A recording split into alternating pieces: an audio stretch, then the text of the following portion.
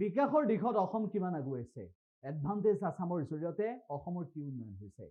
প্ৰধানমন্ত্ৰী নৰেন্দ্ৰ মোদীৰ নেতৃত্বত অসমৰ বিকাশ কিমান দূৰ সম্ভৱ একেটা সময়তে শেহতীয়াভাৱে অসমত হোৱা গঠনমূলক তথা ইতিবাচক কামবোৰক লৈ মুখ্যমন্ত্ৰী ডক্টৰ হিমন্ত বিশ্ব শৰ্মাই মন্তব্য কৰিছে কেৱল সিমানেই নহয় প্ৰযুক্তিৰ দিশত কেনেদৰে অসম আগুৱাইছে সেই সন্দৰ্ভতো মুখ্যমন্ত্ৰী ডক্টৰ হিমন্ত বিশ্ব শৰ্মাই প্ৰদান কৰিছে ভাষণ ৰাভা আসন স্বায়ত্তশাসিত পৰিষদৰ লগতে সমগ্ৰ অসমখনত বিকাশৰ এক নতুন দিগন্তলৈ লৈ যোৱাৰ বাবে আজি আমি কাম কৰিছো অসমৰ দৰিদ্ৰ জনতাৰ উন্নয়নৰ বাবে আমি আজি একেলগে কাম কৰিছো যোৱা 5টা বছৰত অসম চৰকাৰে লোৱা প্ৰচেষ্টাৰ ফলস্বৰূপে আমাৰ ৰাজ্যৰ 25% জনতা দৰিদ্ৰতাৰ কবলৰ পৰা মুক্ত হ'ব পাৰিছে আমাৰ ৰাজ্যখনত আমি বহুত নতুন কাম কৰিছো যাৰ কাৰণে আজি ভাৰতবৰ্ষৰ আন ৰাজ্য চৰকাৰসমূহেও অসমলৈ আহি অসম চৰকাৰৰ আঁচনিৰ বিষয়ে জানিবলৈ বুজিবলৈ চেষ্টা কৰিছে 2019 চনত আমি যেতিয়া অৰুণোদয় আঁচনি আৰম্ভ কৰিছিলো তেতিয়া আমাক বিভিন্ন ৰাজনৈতিক দলে সমালোচনা কৰিছিল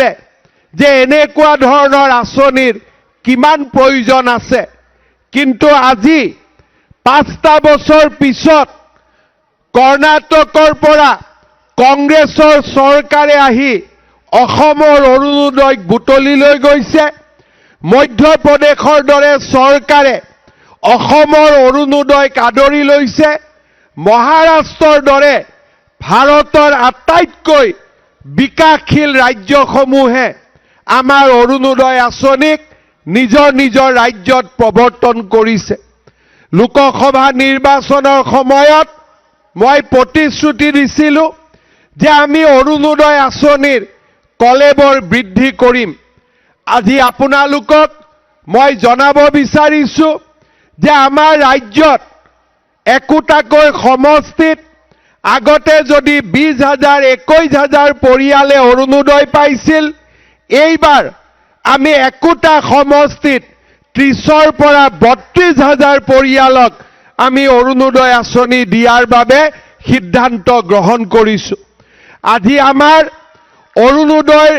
3 আঁচনিৰ বাবে ইতিমধ্যে গাঁও সভা অনুষ্ঠিত হৈছে আৰু এই গাঁও সভাৰ জৰিয়তে আমি দুধনৈ সমষ্টি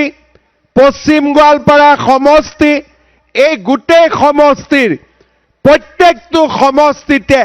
30-32,000 পৰিয়ালক আমি অৰুণোদয় আঁচনি যোগান ধৰিম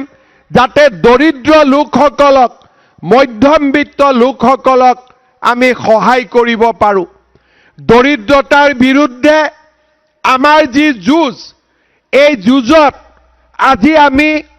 আমাৰ ৰেচন কাৰ্ডখনক এটা নতুন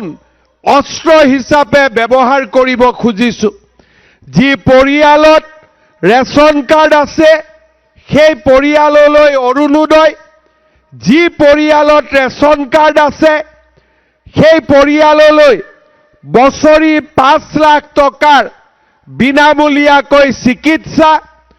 যি পৰিয়ালত ৰেচন কাৰ্ড আছে তাত বিনামূলীয়া চাউল আৰু এইবাৰ এই ৰেচন কাৰ্ডৰ লগতে আমি সুলভ মূল্যত দালি আৰু চেনিও ৰেচন কাৰ্ড থকা পৰিয়ালক দিবৰ বাবে আমি সিদ্ধান্ত গ্ৰহণ কৰিছো বজাৰত যদি দালিৰ দাম 100 টকা হয় ৰেচন কাৰ্ডৰ জৰিয়তে আমি 70 টকা বা বজাৰত যদি চেনিৰ দাম 50 টকা হয় ৰেচন কাৰ্ডৰ জৰিয়তে 30 টকাতে যাতে ৰেচন চেনি পাব পাৰে তাৰ বাবে আমি নতুনকৈ এইবাৰ এখন নতুন আঁচনিও আনিবৰ বাবে আমি সিদ্ধান্ত গ্ৰহণ কৰিছো আজি নিযুত মইনা আঁচনিৰ জৰিয়তে আমাৰ ছোৱালীসমূহে বিদ্যালয়ত পঢ়িব পাৰিছে একাদশ দ্বাদশ মান শ্ৰেণীত পঢ়িলে 1000 টকা, ডিগ্ৰীত পঢ়িলে 1250 টকা, আৰু আমাৰ পোষ্ট গ্ৰেজুৱেটত পঢ়িলে 2500 টকাকৈ আমি দিয়াৰ যি আঁচনি ঘোষণা কৰিছিলোঁ তাকো আজি আমি বাস্তৱত ৰূপায়িত কৰিছোঁ। খুব কম দিনৰ ভিতৰতে মহিলা আত্মসহায়ক গোটসমূহৰ সদস্যসকলকো আমি 10,000কৈ টকাৰ দিয়াৰ ব্যৱস্থা আমি হাতত ল'ম। ইয়াৰ লগতে আমাৰ দুখীয়া ৰাইজে যাতে সকলো পৰ্যায়তে আগবাঢ়ি যাব পাৰে তাৰ বাবে আমি আৰু কেইবাখনো